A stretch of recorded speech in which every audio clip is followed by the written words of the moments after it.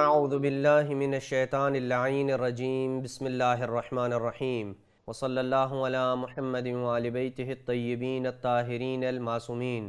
بارگاہ ملکوتی امیر المومنین صلوات اللہ وسلامہ علیہ سے مومنین کرام کی خدمت میں احکام شرعیہ کا سلسلہ بیت الخلاء کے احکام تک پہنچا ہے، اور آج ہم رفع حاجت کے مستحبات اور مکروہات کو مومنین کرام کی خدمت میں بیان کریں گے کہ رفع حاجت یعنی پیشاب اور پاخانہ کرتے وقت کون سے امور مستحب ہیں اور کون سے امور مکروہ ہیں۔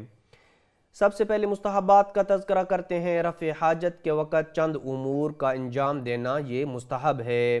نمبر 1، رفع حاجت کے وقت ایسی جگہ بیٹھے جہاں مکمل طور پہ اسے کوئی بھی دیکھ نہ رہا ہو۔ بیت الخلاء میں داخل ہوتے وقت پہلے بایاں پاؤں اندر رکھے۔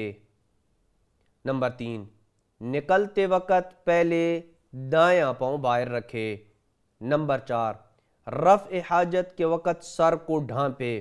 نمبر 5، بدن کا بوجھ پاؤں پر ڈالے، یعنی بائیں پاؤں پر ڈالے اور دائیں پاؤں کو پھیلا کے رکھے۔ نمبر 6، استبراء کرے۔ نمبر 7، منقول دعائیں پڑھے۔ منقول دعائیں جو اہل بیت علیہ السلام سے ہم تک پہنچی ہیں۔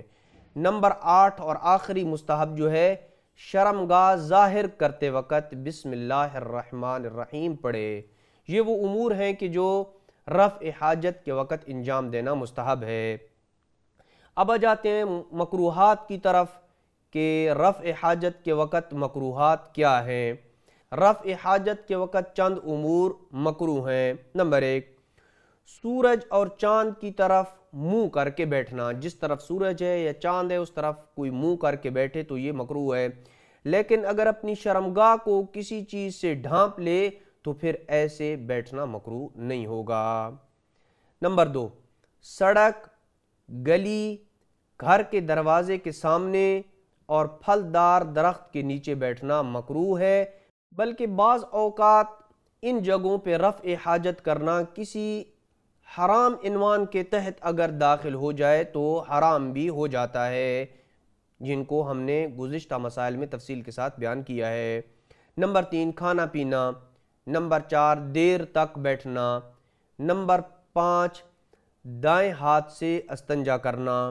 نمبر 6، دنیاوی باتیں کرنا، لیکن اگر مجبوری ہو یا ذکر خدا کرے تو کوئی حرج نہیں ہے۔ نمبر 7، کھڑے ہو کر اور سخت زمین پر پیشاب کرنا جس سے چھینٹیں اڑیں۔ نمبر 8، جانوروں کے بلوں میں پیشاب کرنا۔ نمبر 9، پانی میں بالخصوص ٹھہرے ہوئے پانی میں پیشاب کرنا یہ مکروہ ہے۔ نمبر 10، ہوا کے مخالف رخ پر پیشاب کرنا مکروہ ہے۔